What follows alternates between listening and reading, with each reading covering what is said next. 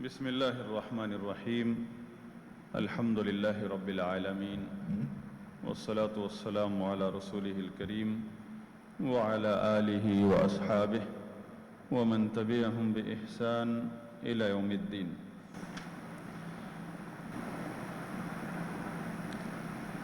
عقیدہ الطحاویہ کا یہ دورہ ہے جس کی تقریباً 3 کلاسیں باقی ہیں اور اس میں انشاءاللہ اللہ کی توفیق سے ہم اسے پورا کرنے کی کوشش کریں گے. ہم نے پچھلی کلاس میں اہل سنت کے نزدیک توحید کی اقسام بیان کی تھی اور معتزلہ، جہمیہ، ان کی توحید جو ہے وہ بیان کی تھی کہ ان کے نزدیک توحید کسے کہتے ہیں. اور اشاعرہ ماتریدیہ جو کہ ہمارے ارد گرد بکثرت پائے جاتے ہیں، ان کے نزدیک بھی توحید کی 3 اقسام ہیں اور وہ توحید کو بجائے توحید کے وحدانیت کا لفظ استعمال کرتے ہیں. توحید کی 3 اقسام ہیں متکلمین کے نزدیک بھی. اہل سنت کے نزدیک توحید کی 3 اقسام ہیں، لیکن وہ ہیں توحید ربوبیہ، توحید الاسماء والصفات اور توحید الالوہیہ جسے توحید عبادت کہتے ہیں. اس کی وضاحت گزر چکی ہے. جو توحید متکلمین کے نزدیک ہے جس کی 3 اقسام ہیں وہ ہے توحید فی الذات، لا قسیم لہ. وہ کہتے ہیں کہ اللہ تعالی اپنی ذات میں اکیلا ہے، اس کی ذات کی کوئی تقسیم نہیں ہو سکتی. مطلب لا يتعدد ولا يتجزا، نہ وہ متعدد ہے، ایک سے زیادہ ہے، نہ اس کی ذات کی تجزی ہو سکتی ہے کہ نصف یا ربع. یہ تقسیم ہے توحید فی الذات لا قسیم لہ. دوسری ہے توحید فی الصفات لا مثیل لہ. مطلب اللہ تعالی اپنی صفات میں بے مثال ہے، لیکن کیونکہ اشاعرہ ماتریدیہ کا تعلق نفات سے ہے جو کہ صفات کی نفی کرتے ہیں، اور معطلہ سے ہے، ان کے اصولوں میں سے صفات کی نفی ہے. تو یہ جو قسم ہے توحید فی الصفات لا مثیل لہ، اس میں وہ اکثر صفات کی نفی ہی کرتے ہیں سوائے 8 صفات کے یا بعض کے نزدیک 20 ہیں. تو وہ لیس کمثلہ شیء وہو السمیع البصیر آیت کو دلیل بنا کر ناحق طور پر اللہ کی صفات کا انکار کرتے ہیں، جبکہ یہ دلیل ان کے خلاف ہے. اس آیت میں تو مماثلت کی نفی کی گئی ہے، لیس کمثلہ شیء، یعنی کسی بھی چیز سے اللہ تعالیٰ کی مماثلت نہ ذات میں ہو سکتی ہے نہ صفات میں. تو یہاں مماثلت کی نفی ہے، صفات کی نفی نہیں کی. وَهُوَ السَّمِيعُ الْبَصِيرُ، یہاں اس بات ہے، نام بھی ہیں صفات بھی ہیں، اللہ تعالیٰ نے بذات خود اس بات فرمایا ہے. تو وہ لوگ جو ہے معطلہ اس آیت سے غلط استدلال لیتے ہوئے صفات کا ہی سرے سے انکار کر دیتے، جبکہ اس آیت میں مماثلت کی نفی ہے. وہ مماثلت کی نفی کے بہانے صفات کا ہی انکار کر دیتے. اس کی مثال میں نے آپ کو دی تھی کہ جیسے اللہ کے نبی صلی اللہ علیہ وسلم نے اللہ تعالیٰ کے ہاتھ کا ذکر کیا ہے، تو اشاعرہ ماتریدیہ اللہ کے ہاتھ کی نفی کرتے ہیں. اور جبکہ آیت کی روشنی میں ہمیں مماثلت کی نفی کرنی ہے کہ اللہ تعالیٰ کا ہاتھ ہے جس طرح اس کی شان کے لائق ہے. لیس کمثلہ شیء، اللہ تعالیٰ کا ہاتھ اس کی شان کے لائق ہے، اس میں کسی کی مماثلت نہیں ہو سکتی۔ تیسری قسم ہے متکلمین کے نزدیک توحید کی، توحید فی الافعال لا شریک لہ۔ اب ان کے نزدیک شرک جو ہے وہ ربوبیت میں ہوتا ہے۔ اب توحید فی العبادہ کہیں ذکر نہیں ہے۔ ہم یہ جو توحید کے اقسام بیان کر رہے ہیں یہ متکلمین کی توحید، ان کے نزدیک بھی توحید کی 3 اقسام ہیں۔ متکلمین سے مراد اشاعرہ ماتریدیہ، جو ہمارے ارد گرد احناف اور شوافع پائے جاتے ہیں، اکثر یہ اشعری اور ماتریدی ہیں، اور یہ کتاب ان کی کتابوں میں پڑھائی جاتی ہے توحید۔ تو شرک دیکھیں، آپ دوبارہ سن لیں ان کی توحید کی 3 اقسام: توحید فی الذات لا قسیم لہ، دوسری ہے توحید فی الصفات لا مثیل لہ، اور تیسری ہے توحید فی الافعال لا شریک لہ۔ اب توحید فی الافعال یہی تو توحید ربوبیت ہے۔ اب یہاں انہوں نے شرک کا ذکر کیا، لا شریک لہ۔ عبادت کا تو ذکر ہی نہیں کیا، اور عبادت میں کوئی شرک کرے تو وہ اس کا تو ذکر ہی نہیں۔ یہی وہ وجہ ہے جو تقریباً 10-12 صدیوں سے، تقریباً 10 صدیوں سے امت اسلامیہ کے اندر، یا 8 صدیوں سے امت اسلامیہ کے اندر شرک فی العبادہ، شرک فی العبادہ عام ہو گیا ہے، اور کوئی بھی اس پر اس سے روکنے والا نہیں، کیونکہ اکثریت جو ہے مدارس اور علماء کی وہ اشاعرہ ماتریدیہ ہیں، ان کے نزدیک یہ شرک ہوتا ہی نہیں ہے۔ شرک ہوتا ہے ربوبیت میں، جب کوئی کہے کہ فلاں مشکل کشا ہے، فلاں بچہ دیتا ہے، اس کو وہ شرک کہیں گے۔ اگر اللہ کے افعال میں کوئی شریک بناتا ہے، اگر کوئی شخص غیر اللہ کو پکارتا ہے، اس کو وہ شرک نہیں بناتے، حرام کہہ دیں گے، مکروہ کہہ دیں گے، بدعت کہہ دیں گے، لیکن شرک اکبر نہیں کہیں گے۔ اور اسی وجہ سے امت اسلامیہ میں قبر پرستی عام ہو گئی، اور جب اہل سنت، اہل الحدیث علماء نے توحید بیان کی، شرک، توحید فی العبادہ، لا الہ الا اللہ کی صحیح تفسیر کی، اور اس کے مقابلے میں شرک کی وضاحت ہوئی، تو یہی وہ لوگ ہیں جنہوں نے محمد بن عبد الوہاب رحمہ اللہ اور علماء اہل سنت پر تکفیری ہونے کے فتوے لگائے، جبکہ یہ تو اصل اسلام ہے۔ اسلام پھر کیا ہے؟ اگر اس غیر اللہ کی عبادت بھی چلتی رہے اور اسلام بھی چلتا رہے، پھر تو مشرکین عرب جو ہے وہ تو اولیاء اللہ قرار پائیں گے۔ انہوں نے تو ربوبیت میں جھگڑا کیا ہی نہیں، اور شرک، ان کا شرک آپ جانتے ہیں، ان کا شرک کس حد تک تھا؟ 2 باتیں انہوں نے ذکر کی ہیں جو کہ قرآن میں ثابت ہیں۔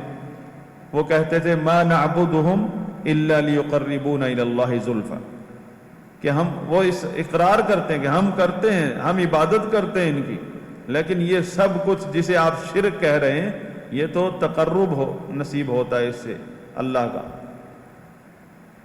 وہ شرک کو اللہ کا تقرب، نیک عمل سمجھتے ہوئے کر رہے ہیں، اور اس لیے نہیں کر رہے کہ یہ مشکل کشا ہے، یہ غریب نواز ہے، اور یہ فلاں داتا ہے، اس لیے نہیں، بلکہ اس لیے کہ ہؤلاء شفعاؤنا عند اللہ، یہ اللہ کی بارگاہ میں ہمارے سفارشی ہیں۔ جب ہم ان کو پکارتے ہیں، ان کے نام کی نظر و نیاز کرتے ہیں، تو اللہ خوش ہوتا ہے، ہمیں اس سے تقرب نصیب ہوتا ہے، اور پھر ہمارے لیے یہ شفاعہ کا کام دیتے ہیں۔ دیتا اللہ ہے، اللہ ہی رازق ہے، اللہ ہی مالک ہے، اللہ ہی خالق ہے۔ یہ سب عقائد مشرکین عرب کے قرآن میں اللہ نے ذکر کی، اس کے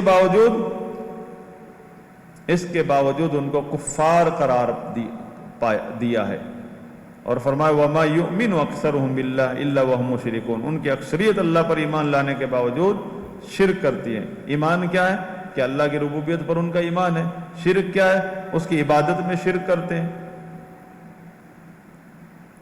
تو متکلمین کی جو یہ توحید ہے، جو 3 اقسام میں نے بیان کی، اس میں بھی وہ ان کا جو زیادہ زور ہے اسماء و صفات میں نفی پر زور ہے، اور توحید ربوبیت جس میں لا شریک لہ انہوں نے کہا ہے، اس میں زیادہ تر زور کس بات پر ہے کہ سب سے پہلے آپ یہ ثابت کریں کہ یہ جو ہے یہ مخلوق ہے، پھر یہ ثابت کریں اس کو پیدا کرنے والا صرف ایک ہے، اور پھر یہ ثابت کریں کہ وہ اللہ ہے، بس آپ پہنچ گئے اپنے مقام پر توحید میں۔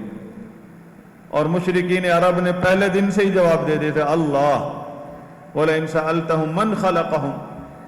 مشرکین عرب اس مسئلے میں کس کا جھگڑا ہے؟ یہ ایک فلسفہ ہے، بس ایک ان کی فلسفی جو اصول ہیں ان سے کھیلنے کا ان کا شوق ہے بس۔ اور آخر کیا ہے؟ صرف یہ ثابت کرنا کہ اس جہان کو دو نے نہیں ایک نے پیدا کیا اور وہ ایک اللہ ہے، بس۔ یہ تو مشرکین عرب عجم سب مانتے ہیں، تو نئی بات کیا ہوئی؟ نبیوں کی دعوت کیا ہے؟ نبیوں کی دعوت یہ ہے لا الہ الا اللہ، نہیں ہے کوئی معبود برحق سوائے اللہ کے، یعنی توحید عبادت۔ اعبدوا اللہ ولا تشرکوا بہ شیئا، اللہ کی عبادت کرو، اس کے ساتھ شریک مت بناؤ کسی کو۔ تو یہ توحید ہے اہل سنت کی۔ اچھا، پھر آپ دیکھیں گے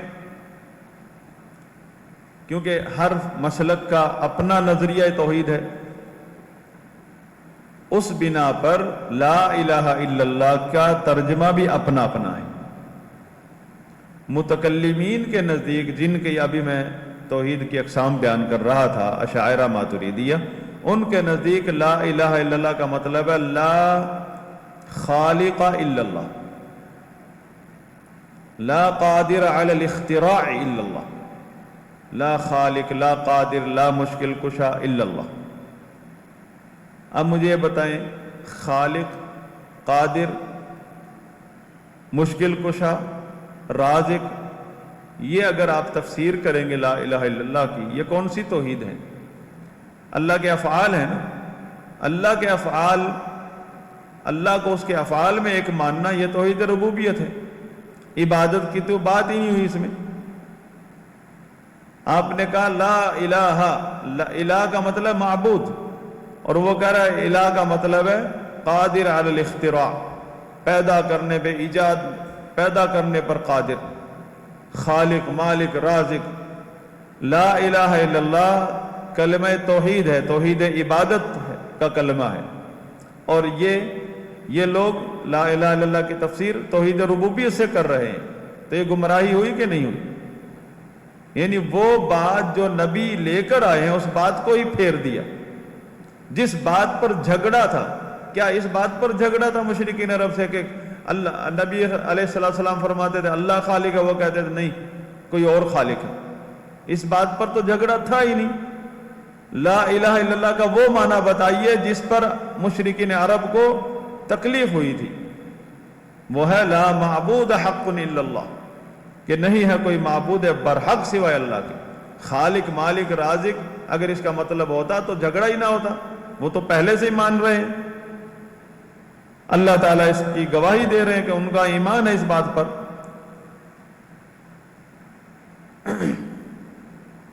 متکلمین کا ترجمہ کیا ہے لا الہ الا اللہ کا؟ لا خالق، لا مالک، لا رازق الا اللہ۔ ہم چھوٹے ہوتے تھے، ایک دیوبندی عالم دین، انہوں نے لا الہ الا اللہ پر تقریر کی، کیسٹیں ہوا کرتی تھی اس دور میں 90 منٹ کی، پوری 90 منٹ کی کیسٹ، ایک سائیڈ پر 45 منٹ، دوسری سائیڈ پہ 45 منٹ، لا الہ الا اللہ پر اس کی تقریر تھی۔ اللہ ان کی مغفرت فرمائے، وہ اپنے حساب سے شرک کا رد کرنا چاہ رہے تھے، لیکن انہوں نے سارا زور اس بات پر لگایا لا مشکل کلشا الا اللہ، لا خالق الا اللہ، لا رازق الا اللہ، لا مالک الا اللہ۔ توحید عبادت کو بیان ہی نہیں کر پائے۔ ہم ان کے لیے دعا کرتے ہیں اللہ تعالیٰ ان کی مغفرت فرمائے، لیکن یہ وجہ کیا ہے؟ یہ چیز ہم نے بہت سارے بعض اہل حدیث علماء سے بھی اسی طرح یہی انحراف دیکھا۔ ٹی وی پر بیٹھے ہیں، ان کو کہا جاتا توحید بیان کرے، توحید وہی متکلمین والی توحید بیان کر رہے ہیں، فوکس توحید ربوبیت پر کر رہے ہیں، اگر آپ نے توحید اہل سنت پڑھ لی ہے، توحید ربوبیت میں کس چیز پر فوکس ہوتا ہے؟ اللہ کے افعال پر، اور توحید عبادت میں اللہ بندوں کے افعال پر، کہ بندوں نے اپنے افعال کو اللہ کے لیے خالص کرنا ہے۔ لا الہ الا اللہ توحید کا خلاصہ یہ ہے کہ اپنے اعمال کو اللہ کے لیے خالص کر لو، ریاکاری کی حد تک بھی شرک مت کرو۔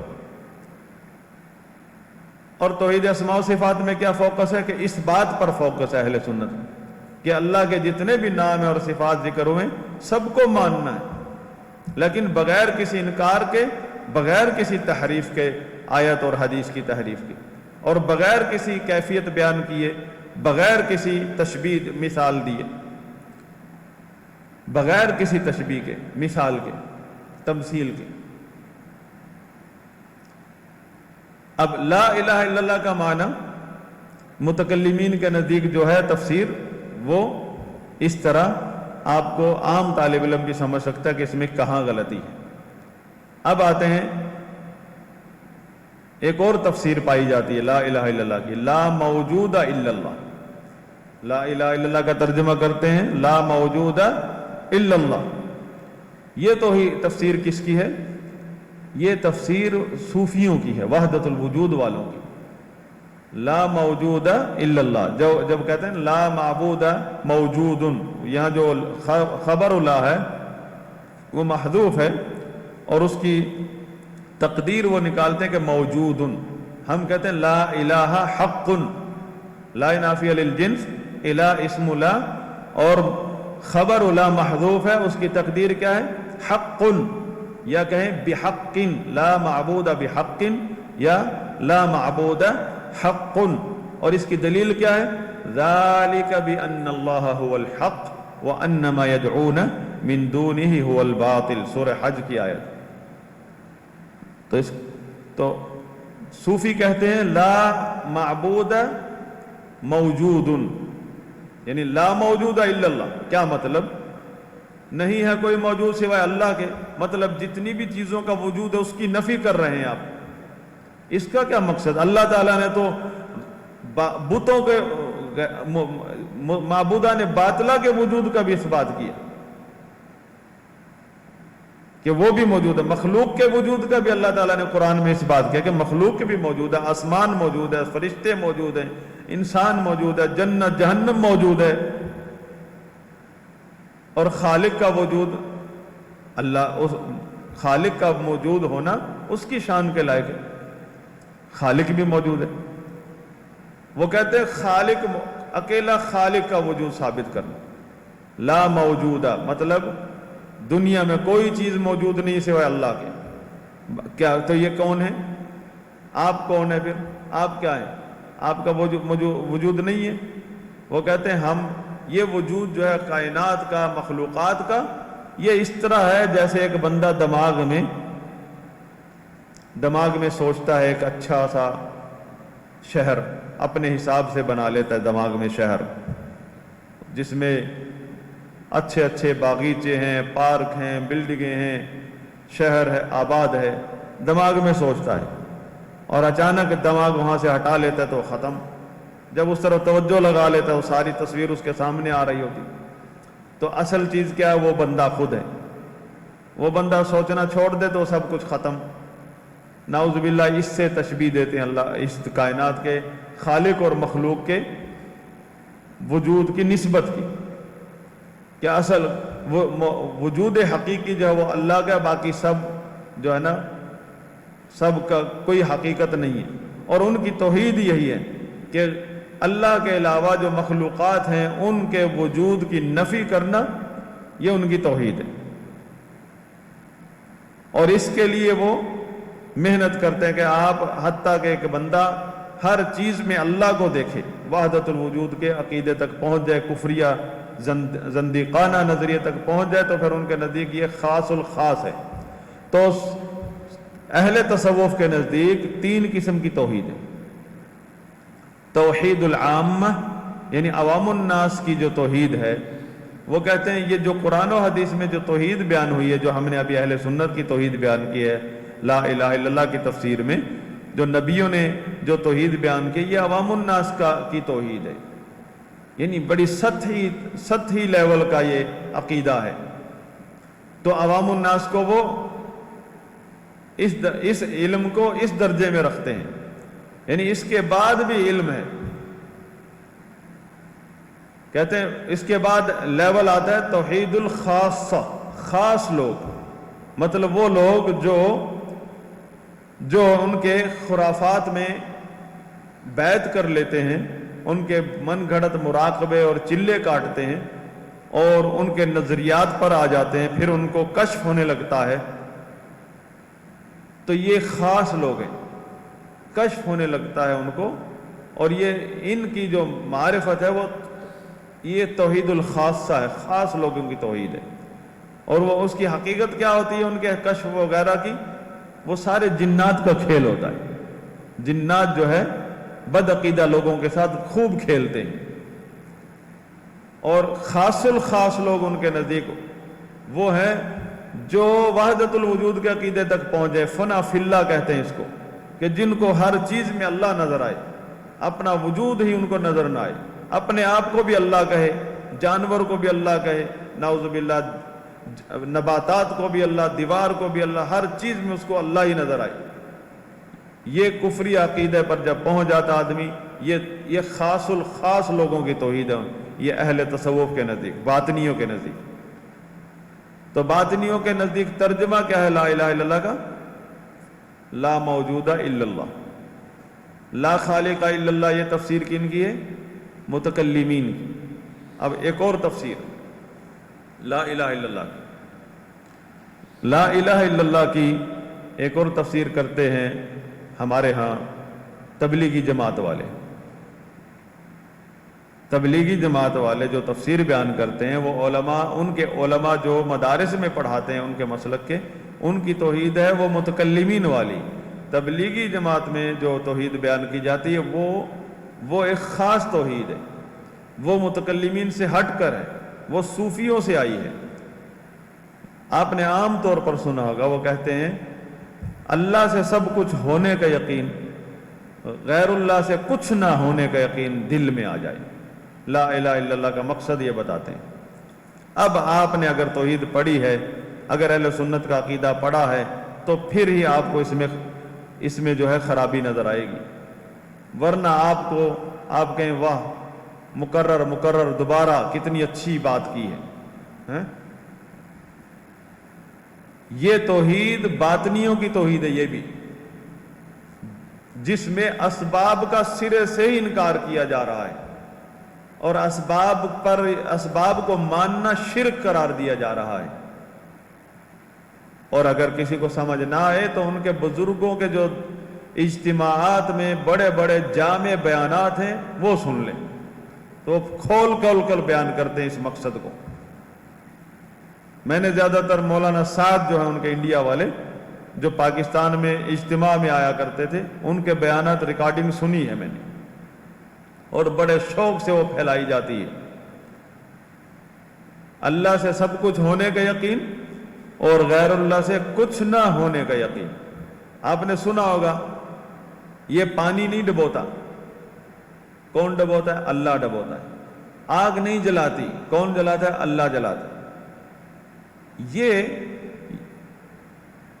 یہ نظریہ حتیٰ کہ عام اہل بدعت کے نزدیک بھی غلط ہے، کیونکہ اس میں علت و معلول، اثر مؤثر، سبب مسبب، اس کا انکار کیا جا رہا ہے. یہ کہتے ہیں کہ پانی نہیں ڈبوتا، اللہ بذات خود ڈبوتا ہے جب کوئی چیز پانی میں گرتی ہے. پانی میں کوئی صلاحیت نہیں. آگ نہیں جلاتی، اللہ جلاتا ہے.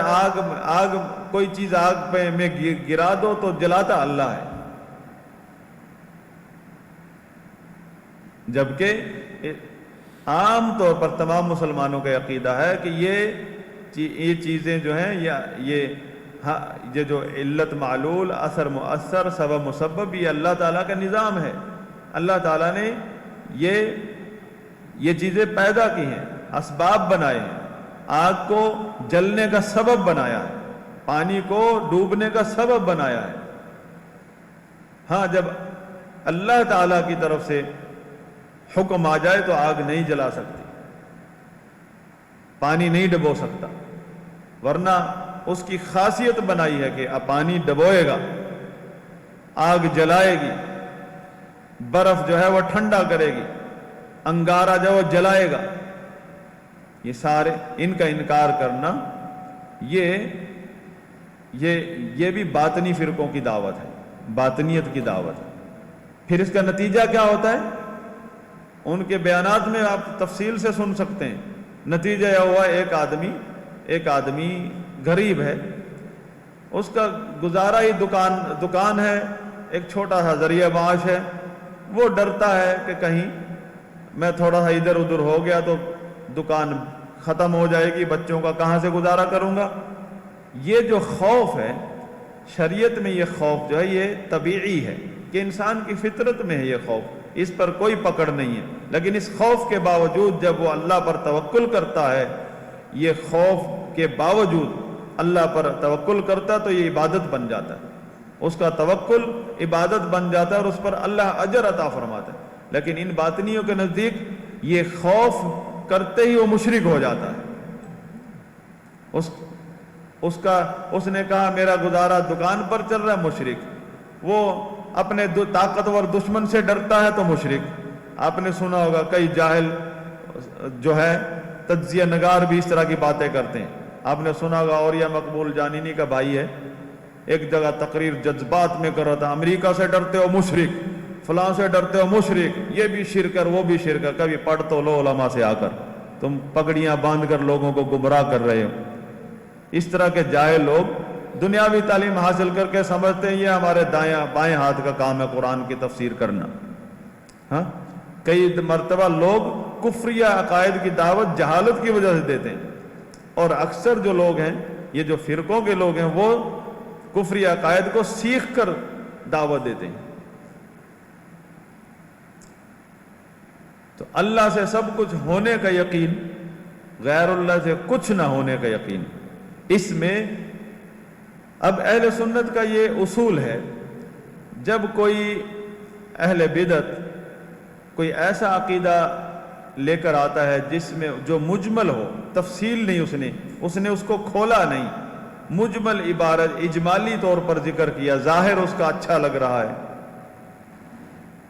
تو اس وقت اہل سنت جو ہے اس کے عقیدے کی وضاحت کرتے ہیں، پہلے وضاحت طلب کرتے ہیں، اور اس کے دو معنی اگر بنتے ہیں، ایک صحیح اور ایک غلط، تو وضاحت کرتے ہیں اور کہتے ہیں کہ اگر آپ کی مراد اس کا مطلب یہ ہے تو یہ برحق ہے، لیکن یہ عبارت غلط ہے، اور اگر آپ کا کہنے کا مطلب یہ ہے تو یہ عبارت بھی غلط اور یہ عقید نظریہ بھی غلط ہے۔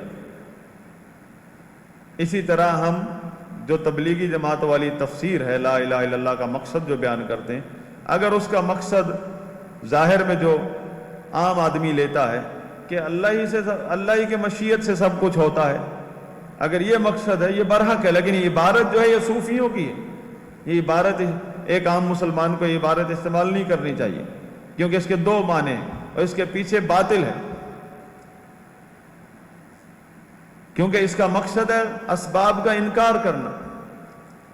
اور آپ نے دیکھا بھی ہوگا، اگر آپ کے ساتھ کہیں رہتے ہیں تبلیغی، ان کی تربیت کس حد تک خراب ہو چکی، جو تھوڑا سا بھی اسباب کی بات کرے اس پر شرک کا فتویٰ اور اللہ پر توکل نہ ہونے کا فتویٰ اور گمراہ ہونے کا فتویٰ، دنیا دار ہونے کا فتویٰ لگاتے ہیں۔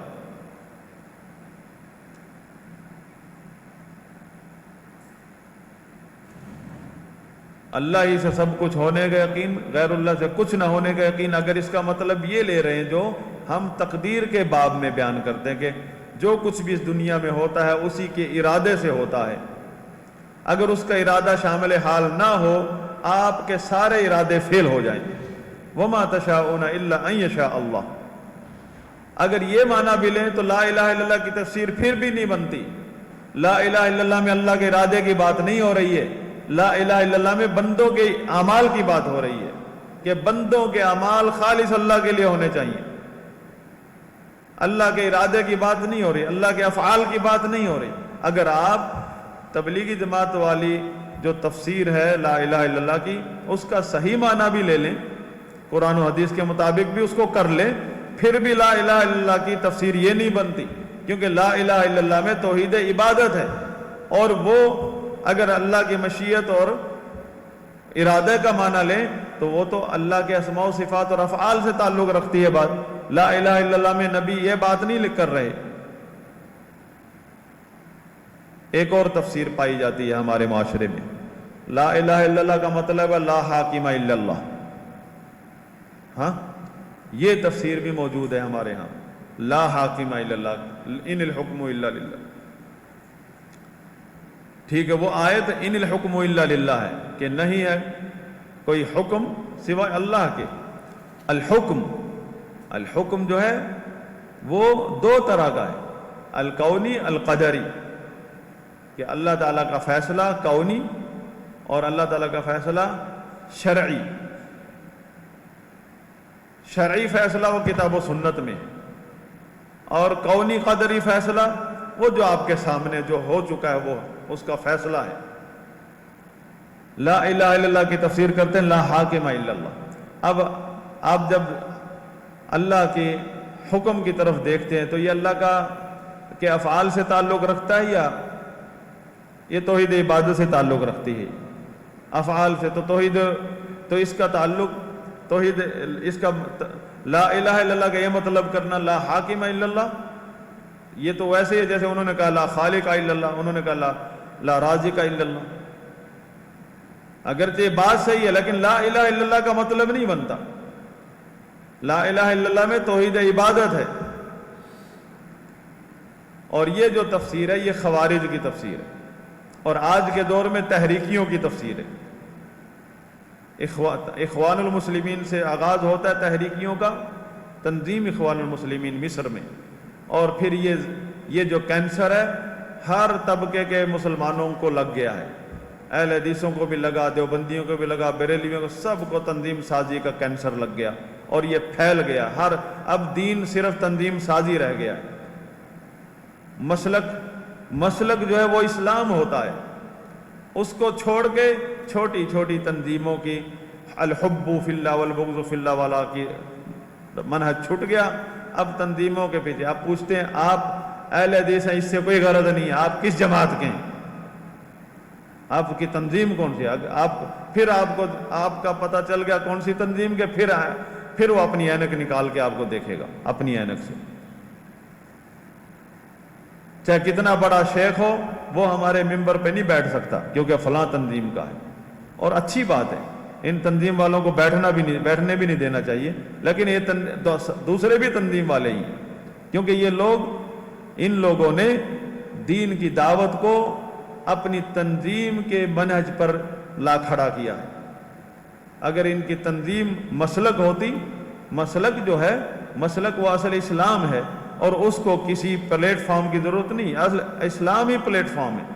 جو کام بھی دین کا کرنا ہے آپ نے وہ مسلک کے پلیٹ فارم سے کریں گے، اور مسلک اپنا ذاتی نہیں ہوگا، وہ ہے اسلام جس پر رسول اللہ صلی اللہ علیہ وسلم اور صحابہ ہیں، جو ہم کتابوں میں پڑھتے ہیں، پڑھاتے ہیں۔ باقی جو تنظیم ہے مسلمان کی، ہم اس پر بات کر چکے ہیں، وہ آپ کی ریاست ہے۔ ریاست کے سسٹم میں خرابی بھی ہو، پھر بھی اگر آپ اس سسٹم کے ساتھ چلیں گے تو وہ مسلمانوں کی بھلائی ہوگی، اور آپ کی جو سرگرمیاں ان میں برکتیں آئیں گی، آپ کی ایکٹیویٹیز سے پوری امت استفادہ حاصل کرے گی۔ آپ اپنا ایک رول ادا کریں ریاست میں جو آپ کا بنتا ہے۔ تو تنظیم اخوان المسلمین جو ہے اس نے خوارج کی جو نفسیات ہے اس کو لیا ہے، اور ہمارے ہاں اس خوارج کی سوچ جو ہے، اس تنظیم اخوان المسلمین کی سوچ جو ہے، اس نظریے کی اقامت دین کے نام پر یہ جماعت اسلامی، تنظیم اسلامی، مولانا مودودی، اقرار اور ان کے چاہنے والوں نے خوب عام کی ہے۔ یہ فکر خوب عام کی ہے، خارجیت کی فکر۔ یہ کہتے ہوئے لوگ جھجکتے ہیں، اگر آپ سنت کی خدمت کرنا چاہتے ہیں تو بدعت کا نام لیں، بتائیں یہ کون سی بدعت ہے۔ خوارج کی اصلی سوچ کو پھیلایا ہے، بچے بچے میں کے دماغ کو بھرا ہے، اور ہمارے اعلیٰ افسران تک یہ سوچ پہنچا دی گئی ہے۔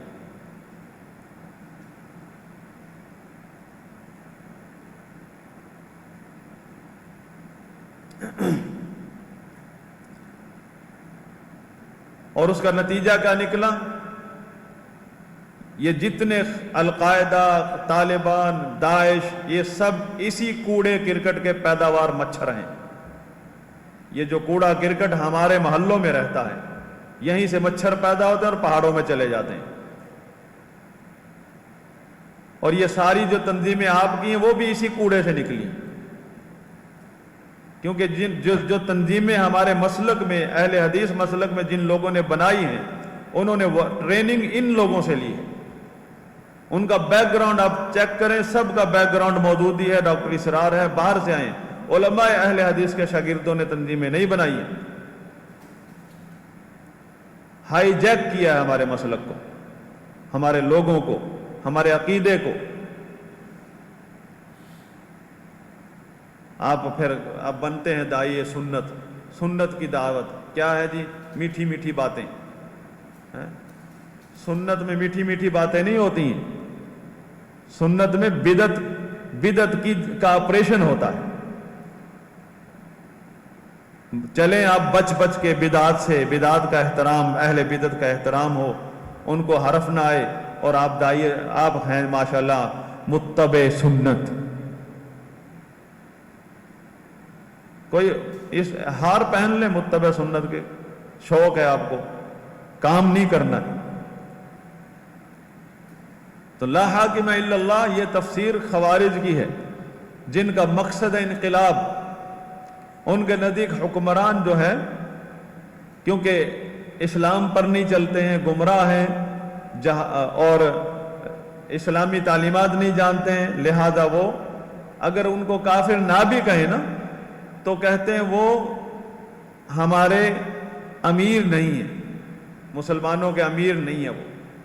جبکہ نبی صلی اللہ علیہ وسلم نے حکمرانوں کی گمراہی اس حد تک بتائی ہے کہ وہ دیکھنے میں صرف انسان رہ جائیں گے، اندر شیطان کا دل ہوگا۔ جب حکمران اس حد تک بھی آ سکتا ہے، اور صحابہ جیسے لوگوں کو فرمایا ہے کہ آپ کا امیر حکمران اس حد تک بھی گمراہ ہو سکتا ہے کہ صرف انسان کا دڑ رہ گیا، اندر شیطان کا دل ہے۔ اب جس بندے کے اندر صرف دل لگا ہے شیطان کا، اس سے آپ اسلامی نفاذ کی امیدیں لگائیں گے؟ اس سے تو انسانیت کی امید نہیں لگا سکتے، اس میں انسانیت نہیں رہ سکتی، اس سے آپ انسانیت کی امید نہیں لگا سکتے، آپ اس سے اسلام اور خلافت راشدہ کی امیدیں لگائیں گے؟ ایک بندے میں انسانیت تک نہیں ہو سکتی۔ اس کے باوجود اللہ تعالیٰ، اللہ کے رسول صلی اللہ علیہ وسلم نے فرمایا تسمع و تطیع، امیر تمہارا وہی ہے، اسمع و اطیع وَإِنْ أُخِذَ مَالَكَ وَضُرِبَ ظَهْرُكَ، چاہے مال کھا گیا، چاہے ظلم و ستم کیا، سسٹم بتایا ہے۔ مطلب اس کا کیا ہے کہ آپ کی اس مسلمانوں کی جو ریاست ہے، اس کے حقوق آپ کے مال و جان سے بھی بڑھ کر ہیں۔ آپ اپنے مال کھا گئے، مال اور جان اور ظلم و ستم کو ایشو بنا کر تخریب کاری نہیں کر سکتے۔ یہ اس ضابطہ دیا ہے، ضابطہ ہے، شرعی ضابطہ ہے، یہ کوئی میرا بنایا ہوا نظریہ نہیں ہے، یہ شریعت کا ضابطہ ہے۔ اگر نہیں مانو گے تو آپ کو اس طرح نکال کے باہر رکھ دیا جائے گا مسلک اہل سنت سے، جس طرح مکھن سے بال نکالتے ہیں۔ آپ اپنے نظریے کی وجہ سے نکل جائیں گے۔ آپ لاکھ اپنے آپ کو کہتے رہیں، لیبل لگاتے رہیں کہ میں فلاں ہوں، میں اہل حدیث ہوں، میں اہل سنت ہوں، نظریہ نہیں جب تک اپنائیں گے شریعت کا، آپ کو یہ دعوے کام نہیں آئیں گے۔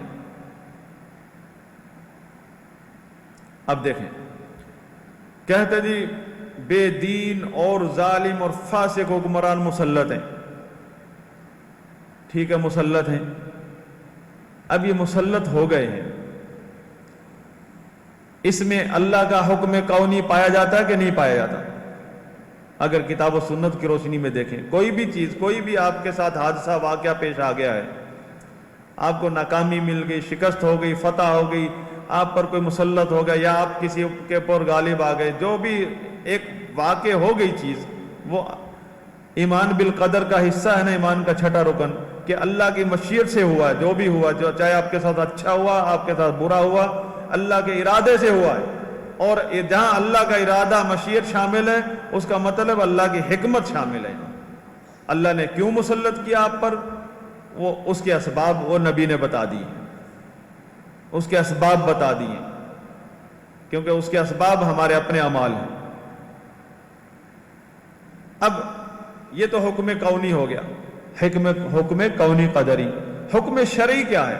اب ایسی صورتحال میں اگر ہم واقعی دین کی خدمت کرتے ہیں، حکم شرعی یہ ہے وہ جو نبی صلی اللہ علیہ وسلم نے بتایا کہ حکمران ایسے بھی ہو سکتے ہیں جو میری نہ ہدایت پر چلیں گے نہ میرے طریقے پر چلیں گے، اور ان میں ایسے لوگ ہوں گے جن کے دلوں میں شیطان، سینوں میں دل شیطان کے لگے ہوں گے، فی جسمان انسان کا دھڑ ہوگا بس، لیکن اس کے باوجود سنو اور مانو، وہ چاہے مال کھا جائیں، ماریں، پھر بھی سنو اور مانو۔ یعنی امیر آپ کے وہ ہیں، ہاں وہ الگ ایک ضابطہ بتا دیے، اللہ اور اس کے رسول کی نافرمانی میں کسی کی طاعت نہیں ہے، آپ آزاد ہیں۔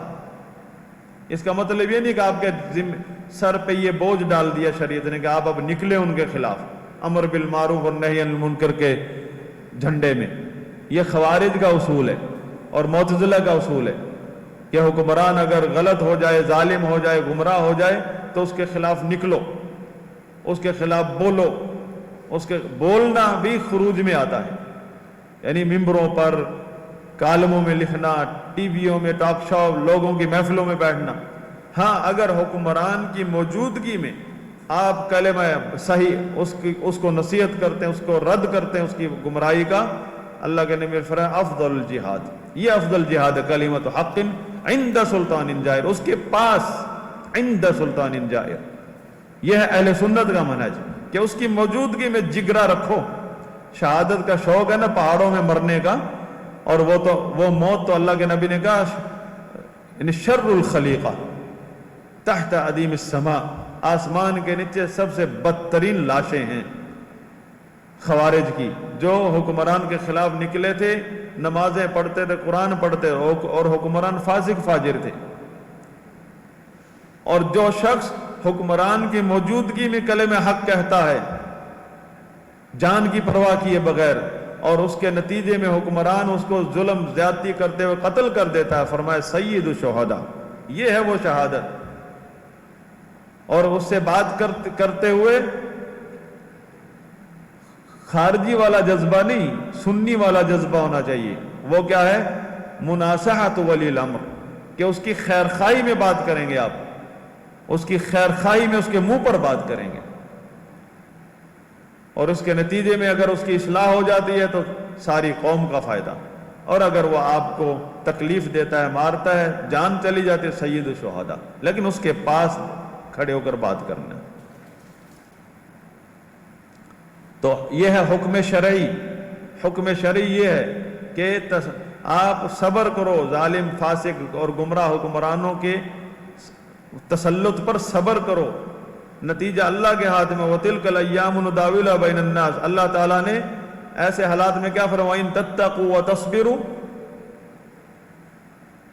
سورہ آل عمران کی آیت، فَإِن تَتَّقُوا وَتَصْبِرُوا لَا يَضُرُّكُمْ كَيْدُهُمْ شَيْئًا، تمہیں ان کی چال کچھ بھی تمہارا نہیں بگاڑ سکتی۔ تقوی اور صبر، یوسف علیہ السلام نے بھی یہ کہا تھا، إِنَّهُ مَن يَتَّقِ وَيَصْبِرْ فَإِنَّ اللَّهَ لَا يُضِيعُ أَجْرَ الْمُحْسِنِينَ، جو تقوی اختیار کرتا ہے، مطلب اللہ اور اس کے رسولوں کو کے حکموں کو دیکھتا ہے اور صبر کرتا ہے، جلد بازی نہیں کرتا، صبر کا دامن نہیں چھوڑتا، اللہ تعالیٰ ان اجر ضائع نہیں کرتا ایسے نیک لوگوں کا۔ تو شرعی حکم دیکھنا ہے، ایک ہے کونی حکم، وہ تو ہے کہ ان کا تسلط اللہ کی مشیت سے ہو گیا ہے، اس میں کوئی حکمت ہے اللہ تعالیٰ کی۔ اب اللہ کا شرعی حکم کیا ہے کہ صبر کرو، خروج نہیں کرو، انہی کو اپنا امیر سمجھو۔ تو پھر کہاں گیا آپ کا یہ ان الحکم الا للہ لا حاکم الا اللہ؟ آپ نے تو مانا ہی نہیں، صرف نعرہ مارا ہے، صرف نہ آپ نے حکم کونی مانا، نہ حکم شرعی مانا، صرف ان الحکم الا للہ کا نعرہ مار کے اپنی خارجیت کو آگے رکھا ہے۔ اگر ہم ان کی یہ بات بھی لے لیں لا حاکم الا اللہ ان الحکم الا للہ، اس پر بھی نہیں آتے ہیں. ان کو ہر حال میں انقلاب چاہیے. اور یہ انقلاب جو ہے یہود و نصارہ کا دیا ہوا ایک کھلونا ہے. نظریہ انقلاب یہود و نصارہ کی کفریہ سیاست کا حصہ ہے. یہ انقلاب مسلمانوں کی سیاست میں کہیں انقلاب کا ذکر نہیں ہے. جو بھی انقلاب کا سوچتا ہے وہ اہل سنت سے ہی خارج ہو جاتا ہے. مسلمان حکمران کے آخری سانس تک صبر کرتے ہیں. اس کو اگرچہ وہ مسلط ہو جائے اس کے لیے خیر خواہ بن کے رہتے ہیں مسلمان. اس کے لیے دعائے خیر کرتے ہیں اپنے حاکم کے لیے. اس کی گمراہیوں کے باوجود اس کی گمراہیوں پر اس کا ساتھ نہیں دیتے، لیکن اس کی ٹانگیں بھی نہیں کھینچتے ہیں. اس کو نصیحت کرتے ہیں، اس کے لیے دعائیں کرتے ہیں راتوں میں نمازوں میں. اور ائمہ نے لکھا ہے کہ بدعتی کی علامت یہ ہے کہ وہ اپنے حاکم وقت کو گالی دے گا، برا بھلا کہے گا. یہ بدعتی کی علامت ہے. اب ممبر اہل حدیث پر یہ کام ہو رہے ہوں تو کون سمجھائے گا ان کو؟ اہل حدیث کا ممبر جو ہے یہ اللہ کے نبی کے مسلک کا ممبر ہے، اور اس پر باتیں خوارج اور معتزلہ کے مسلک کی ہو رہی ہوں. ان کو کون لگام ڈالے گا؟ ان کو، ان گمراہ لوگوں کو جو ہمارے ممبروں پر چڑھے ہوئے ہیں، ان کو کون لگام ڈالے گا؟ کہاں گئی سنت؟ آپ کہتے ہیں ہم تو سنت کے دائی ہیں. سنت کا دائی جو ہوتا ہے وہ اس کا مطلب یہ نہیں کہ وہ مسواک کی سنت، رفع الیدین کی سنت، آمین کی سنت. وہ سب سے پہلے بدعتی نظریات کا قلع کما کرتا ہے. اور بدعتی نظریات جو ہیں تشیع، خارجیت، جہمیت، رافضیت، صوفیت، قدریت، مرجیت، یہ سارے جو 72 فرقوں کی شاخیں ہیں، آپریشن کرتا ہے، تشخیص کرتا ہے اور ان کے جراثیم کو مارتا ہے معاشرے سے. سنت کا دائی.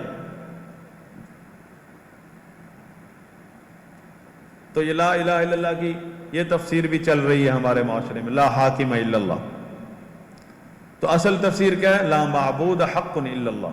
سارے نبیوں کی دعوت جو ہے وہ ہے توحید عبادت، کہ لوگوں اپنے اعمال کو اللہ کے لیے خالص کر لو. آپ چاہے جنگل میں رہتے ہو، چاہے خلافت میں رہتے ہو، چاہے ظالم حکمران کی ریاست میں رہتے ہو، آپ کے دین پر کوئی اثر نہیں پڑے گا. آپ اپنے اعمال پر فوکس کرو، اپنے اعمال کو اللہ کے لیے خالص کر لو. اس کے لیے نہ خلافت کی ضرورت ہے، نہ ریاست کی ضرورت ہے، نہ اسٹیٹ کی ضرورت ہے، نہ اس کے لیے آپ کو حکومت کی ضرورت ہے. اور نبیوں کی ساری محنت اس بات پر ہے، لا معبود حق الا اللہ وما امروا الا ليعبدوا الله مخلصین له الدین حنفاء.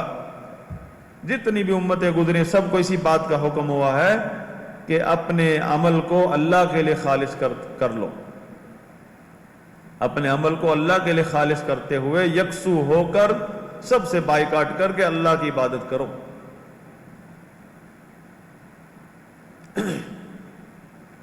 تو جب تک آپ کو یہ توحید کا مسئلہ اور سنت کا مسئلہ نہیں سمجھ آئے گا، یہ عقیدے کی کتابیں پڑھنا اور ان کی سندیں لینا بیکار ہے. سارا پڑھ کے رکھ دی ہیں، سندیں رکھی ہوئی ہیں، فائلیں بنائی ہوئی ہیں، توحید کا پوائنٹ سمجھ نہیں آتا. اور کیا نقطہ اختلاف ہے ہم میں. بڑے بڑے ماشاءاللہ خطیب ہے مسجد اہل حدیث کا، اس کو یہ نہیں پتا ہے کہ ہمارا اور ہمارے آس پاس رہنے والوں کا کیا اختلاف ہے. کہ تو کوئی طارق جمیل بھی بہت اچھا ہے، اور ہمارا صہیب رومی بھی اچھا ہے، سارے اچھے ہیں، ڈاکٹر اسرار بھی اچھا ہے، اور سید نذیر حسین دہلوی رحمہ اللہ بھی اچھے ہیں.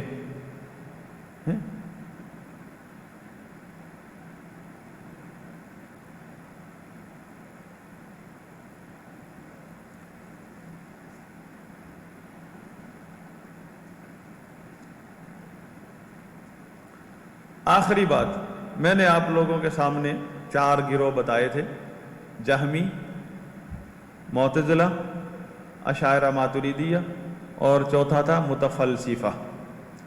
ان لوگوں کی گمراہی کس چیپٹر میں ہے؟ اللہ کے اسماء و صفات، توحید اسماء و صفات میں انہوں نے کفریہ نظریات پھیلائے ہیں امت کے اندر، اور یہ بہت بڑا الحاد تھا فلاسفہ کا۔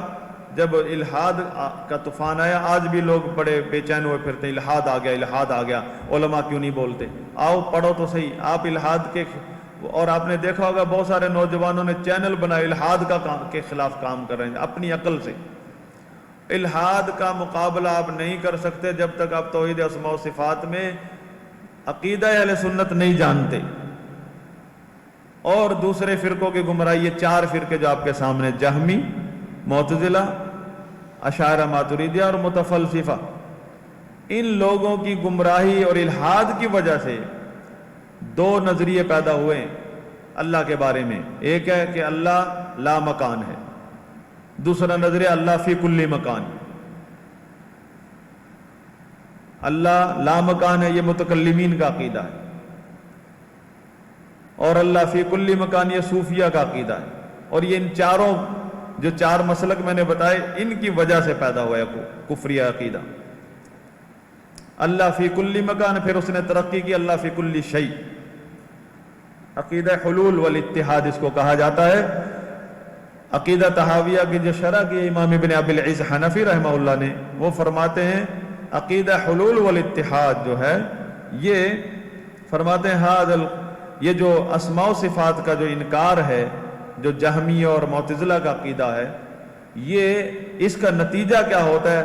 عقیدہ حلول والاتحاد، جو کہ نصارہ کے کفر سے بھی قبیح ترین کفر ہے۔ نصارہ کے نزدیک تو حلول جو ہے ایک شخصیت میں ہے، اللہ کا حلول عیسیٰ علیہ السلام اور مریم میں وہ مانتے ہیں، اور صوفی کیا کہتے ہیں؟ فی کل شیء، ہر چیز میں اللہ حلول کر گیا، نعوذ باللہ۔ عقیدہ حلول والاتحاد، یہ دو نظریے پیدا ہوئے اس گمراہ، یہ الحاد کا رزلٹ ہے۔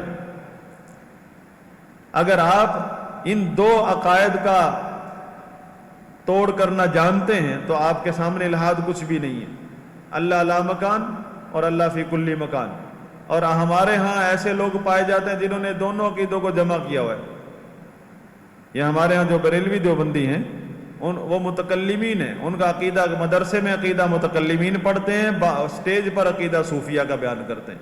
اللہ فی کل مکان یہ عقیدہ صوفیہ کا ہے، اور ہر جگہ اللہ حاضر ناظر ہے، یہ صوفیہ جہمیوں کا عقیدہ ہے جو صوفیوں نے اختیار کیا ہے، اور کتابوں میں پڑھاتے ہیں مدرسوں میں فی لا مکان، اللہ لا مکان ہے، اور ان کے اشعار میں بھی آپ سنیں گے اللہ لا مکان، ایک ہی وقت میں کہ اللہ لا مکان ہے اور ساتھ میں کہ ہر جگہ ہے اللہ تعالیٰ، اللہ فی کل مکان، تضاد بیانی ہے۔ انہوں نے ہر گمراہ فرقے سے چیزیں لی ہیں نظریات کی، اور ایک نیا مسلک بنایا ہے۔ اور یہ کام اب ہمارے لوگوں نے بھی شروع کر دیا ہے کہ کوئی مصر کے خارجی سے لے لی سوچ، کوئی سعودیہ کے اخوانی سے لے لی سوچ، یعنی جو، اور کوئی ہندوستان پاکستان کے گمراہ اسرار جیسے لوگوں سے فلسفہ لے لیا اور تنظیم بنا لیا اہل حدیث کی، اور لوگوں کی برین واشنگ کر کے ایک پوری نسل کو تباہ کر دیا، علماء اہل حدیث کے منہج سے ہٹا کے رکھ دیا۔ بلکہ آج علماء اہل حدیث کا منہج جرم قرار پا گیا ہے، اہل حدیثوں کی مساجد میں، اہل حدیثوں کے مدارس میں، اہل حدیثوں کے جلسوں میں علماء اہل حدیث کا منہج جرم قرار پا گیا ہے، کیونکہ علماء اہل حدیث کا منہج جو ہے نا، وہ کسی کے ساتھ ملتا نہیں ہے، وہ سچا ہے، اصل اسلام ہے، اس میں اسراریت، مودودیت، خارجیت اس کی جگہ نہیں ہے، اور رافضیوں کی تو جگہ ہی نہیں۔ یہاں ہم اپنے سٹیجوں پر سن رہے ہیں رافضیوں کی تعریفیں ہو رہی ہیں، خمینی کی تعریفیں کر رہے ہیں، عقیدہ ولایت فقیہ جو کفریہ نظریہ اس کی تعریفیں ہو رہی ہیں، اس کو مثال کے طور پر پیش کیا جا رہا ہے ہمارے مدارس میں، ہماری مساجد میں، طلباء کے سامنے، عوام الناس کے سامنے۔ تو یہ اس بات کی دلیل ہے کہ یہ لوگ عقیدے میں کورے ہو چکے ہیں، ایسے لوگ۔ اللہ سے دعا ہے کہ اللہ تعالی ہمیں عقیدہ اہل سنت کو سمجھنے کی توفیق عطا فرمائے، اس کے لیے ہمارا سینہ شرح صدر فرمائے اور علم نافع عطا فرمائے۔ وآخر دعوانا الحمدللہ رب العالمین۔